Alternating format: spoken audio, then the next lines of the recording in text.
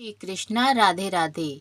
नमस्कार दोस्तों, आपके अपने YouTube चैनल एक्सप्लोरिंग देव स्थानम में आपका स्वागत है। मार्गशीर्ष मास के कृष्ण पक्ष की एकादशी को उत्पन्ना एकादशी कहा जाता है। मान्यता है कि इसी दिन भगवान विष्णु के शरीर से एक देवी का जन्म हुआ था, जिसने दैत्यराज मुर को मारकर भगवान विष्णु की रक्षा की थी। भगवान विष्णु ने एकादशी को उत्पन्न होने के कारण इसे एकादशी देवी का नाम दिया।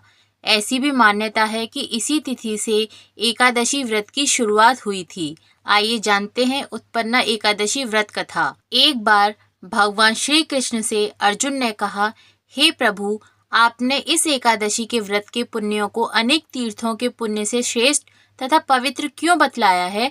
कृपा करके यह सब आप मुझे विस्तार पूर्वक कहिए। श्री कृष्ण बोले, हे पार्थ, सतयुग में एक महाभयंकर दैत्य हुआ था। उसका नाम मुर था। उस दैत्य ने इंद्र आदि देवताओं पर विजय प्राप्त कर उन्हें उनके पद से हटा दिया। तब इंद्र ने भगवान शंकर से प्रार्थना की, हे भोलेनाथ, हम सब देवता मुर दैत्य के अत्याचारों से दुखी होकर मृत्युलोक में अपना जीवन व्यतीत कर रहे हैं। राक्षसों के भय से हम बहुत दुख और कष्ट भोग रहे हैं। मैं स्वयं बहुत दुखी और भयभीत हूँ। अन्य देवताओं की तो बात ही क्या है। अतः हे कैलाशपति, कृपा कर आप मुर दैत्य के अत्याचारों से बचने का उपाय बतलाइए।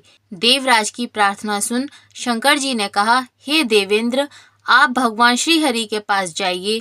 मधुकैटभ का संहार करने वाले भगवान विष्णु देवताओं को अवश्य ही इस भय से मुक्त करेंगे। महादेव जी के आदेश अनुसार इंद्र तथा अन्य देवता क्षीर सागर पहुँच गए, जहाँ पर भगवान श्री हरि शेष सैया पर विराजमान थे। इंद्र सहित सभी देवताओं ने भगवान विष्णु के समक्ष उपस्थित होकर उनकी स्तुति की। हे तीनों लोकों के स्वामी, आप स्तुति करने योग्य हैं। हम सभी देवताओं को आपका कोटि कोटि प्रणाम है। हे दैत्यों के संहारक, हम आपकी शरण में हैं, आप हमारी रक्षा करें। हे त्रिलोकपति, हम सभी देवता दैत्यों के अत्याचारों से भयभीत होकर आपकी शरण में आए हैं। इस समय दैत्यों ने हमें स्वर्ग से निकाल दिया है और हम सभी देवता बड़ी ही दयनीय स्थिति में मृत्युलोक में विचरण कर रहे हैं। अब आप ही हमारे रक्षक हैं, रक्षा कीजिए। हे जगन्नाथ, हमारी रक्षा करिए। देवताओं की करुण पुकार सुनकर भगवान श्री हरि बोले, हे देवगणों, वह कौन सा दैत्य है जिसने देवताओं को जीत लिया है? आप सभी देवगण किसके भय से पृथ्वी लोक में भटक रहे हैं? क्या वह दैत्य इतना बलवान है जिसने इंद्र सहित सभी देवताओं को जीत लिया है? तुम निर्भय होकर मुझे सब हाल बताओ। भगवान विष्णु के इन स्नेहमयी वचनों को सुनकर देवेंद्र ने कहा, हे प्रभु, प्राचीन काल में ब्रह्म वंश में उत्पन्न हुआ नाड़ी जंगम नाम का एक असुर था, जिसका मुर नामक एक पुत्र है, जो चंद्रवती नामक नगरी में निवास करता है, जिसने अपने बल से मृत्युलोक और इंद्रलोक को जीत लिया है और हम सब देवताओं को देवलोक से निकालकर अपने दैत्य कुल के असुरों को इंद्र, अग्नि, यम, वरुण, चंद्रमा आदि लोकपाल बना दिया है। वह स्वयं सूर्य बनकर पृथ्वी को तापता है और स्वयं मेघ बनकर जल की वर्षा करता है। अतः आप इस बलशाली भयानक असुर का संहार करके देवताओं की रक्षा करें। देवेंद्र के मुख से ऐसे वचन सुन भगवान विष्णु बोले, हे देवताओं, मैं आपके शत्रु का शीघ्र ही संहार करूंगा। आप सब इसी समय मेरे साथ चंद्रवती नगरी चलिए। देवताओं की पुकार पर भगवान विष्णु तुरंत ही उनके साथ चल दिए। उधर दैत्यराज मुर ने अपने तेज से जान लिया था कि श्री विष्णु युद्ध की इच्छा से उसकी राजधानी की तरफ आ रहे हैं। अतः अपने राक्षस योद्धाओं के साथ वह भी युद्ध भूमि में आकर गरजने लगा। देखते ही देखते युद्ध शुरू हो गया। युद्ध शुरू होने पर अगणित असुर अनेक अस्त्रों शस्त्रों को धारण कर देवताओं से युद्ध करने लगे, किंतु देवता तो पहले ही डरे हुए थे। वह अधिक देर तक राक्षसों का सामना न कर सके और भाग खड़े हुए। तब भगवान विष्णु स्वयं युद्ध भूमि में आ गए। दैत्य पहले से भी ज्यादा जोश में भरकर भगवान विष्णु से युद्ध करने लगे। वे अपने अस्त्र शस्त्रों से उन पर भयंकर प्रहार करने लगे। दैत्यों के आक्रमण वारों को श्री विष्णु ने अपने चक्र गदा के प्रहारों से नष्ट कर दिया।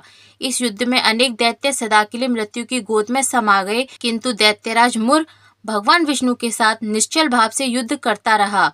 उसका तो जैसे अभी बाल भी बांका नहीं हुआ था। वह बिना डरे युद्ध कर रहा था। भगवान विष्णु मुर को मारने के लिए जिन जिन शस्त्रों का प्रयोग करते, वे सब उसके तेज से नष्ट होकर उस पर पुष्पों के समान गिरने लगते।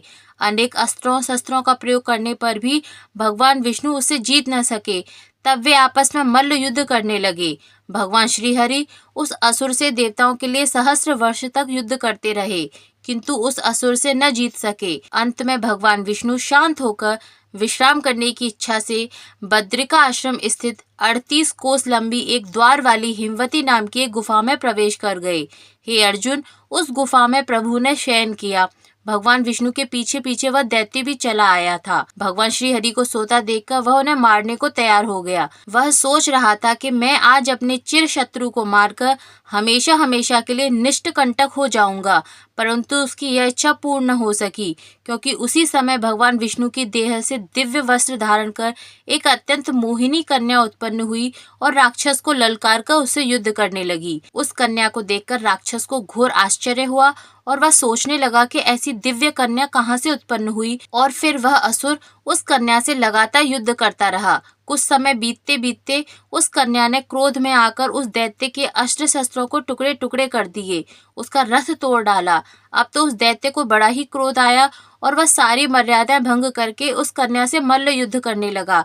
उस तेजस्वी कन्या ने उसको धक्का मारकर मूर्छित कर दिया और उसकी मूर्छा टूटने से पूर्व ही उसका सिर काटकर धड़ से अलग कर दिया। सिर काटते ही वह असुर पृथ्वी पर गिरकर मृत्यु को प्राप्त हुआ। बाकी बचे असुर अपने राजा का ऐसा दुखद अंत देखकर भयभीत होकर पाताल लोक में भाग गए। भगवान विष्णु जब निद्रा से जागे तो उस असुर को मरा देखकर उन्हें घोर आश्चर्य हुआ और वह सोचने लगे कि इस महाबली को किसने मारा है। तब वह तेजस्वी कन्या श्री हरि से हाथ जोड़कर बोली, हे जगदीश्वर, यह असुर आपको मारने को उद्यत था, तब मैंने आपके शरीर से उत्पन्न होकर इस असुर का वध किया है। कन्या की बात सुन भगवान बोले, तुमने इस असुर को मारा है, अतः हे कन्या, मैं तुमसे अत्यंत प्रसन्न हूँ। इसे मारकर तुमने तीनों लोकों के देवताओं के कष्ट को हरा है, इसलिए तुम अपनी इच्छा अनुसार वरदान मांग लो, मैं तुम्हारी प्रत्येक इच्छा को पूर्ण करूँगा। भगवान की बात सुनकर कन्या बोली, हे प्रभु, मुझे यह वरदान दीजिए कि जो भी मनुष्य या देव मेरा व्रत करे उसके सभी पाप नष्ट हो जाएं और अंत में उसे स्वर्ग लोक की प्राप्ति हो। मेरे व्रत का आधा फल रात्रि को मिले और उसका आधा फल एक समय भोजन करने वाले को मिले। जो श्रद्धालु भक्ति पूर्वक मेरे व्रत को करें वे निश्चय ही बैकुंठ लोक को प्राप्त करें। जो मनुष्य मेरे व्रत में दिन तथा रात्रि को एक बार भोजन करें वह धन धान्य से परिपूर्ण हों। कृपा करके मुझे ऐसा वरदान दीजिए। भगवान श्री हरि ने कहा, हे कन्या, ऐसा ही होगा। मेरे और तुम्हारे भक्त एक ही होंगे और अंत में संसार में प्रसिद्धि को प्राप्त होकर मेरे लोक को प्राप्त करेंगे। हे कल्याणी, तुम एकादशी को पैदा हुई हो, इसलिए तुम्हारा नाम भी एकादशी हुआ, और क्योंकि तुम मेरे अंश से उत्पन्न हुई हो इसलिए संसार में तुम उत्पन्ना एकादशी के नाम से जानी जाओगी। तथा जो मनुष्य इस दिन व्रत करेंगे उनके समस्त पाप समूल नष्ट हो जाएंगे। तुम मेरे लिए अब तीज, अष्टमी, नवमी और 14 से भी अधिक प्रिय हो। तुम्हारे व्रत का फल सब तीर्थों के फल से भी महान होगा। यह मेरा अटल कथन है। श्री कृष्ण जी ने कहा, हे पांडुपुत्र, एकादशी के व्रत का फल सभी व्रतों व सभी तीर्थों के फल से महान है। एकादशी व्रत करने वाले मनुष्यों के शत्रुओं का मैं जड़ से नाश कर देता हूँ और व्रत करने वाले को मोक्ष प्रदान करता हूँ। उन मनुष्यों के जीवन के जो भी कष्ट होते हैं मैं उन्हें दूर कर देता हूँ।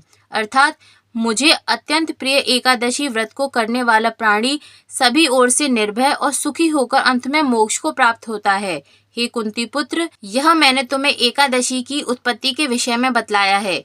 एकादशी व्रत सभी पापों को नष्ट करने वाला और सिद्धि प्रदान करने वाला है। श्रेष्ठ मनुष्यों को दोनों पक्षों की एकादशियों को समान समझना चाहिए, उनमें भेदभाव नहीं करना चाहिए। जो मनुष्य एकादशी महात्म्य का श्रवण व पठन करेंगे उन्हें अश्वमेध यज्ञ के समान फल प्राप्त होगा।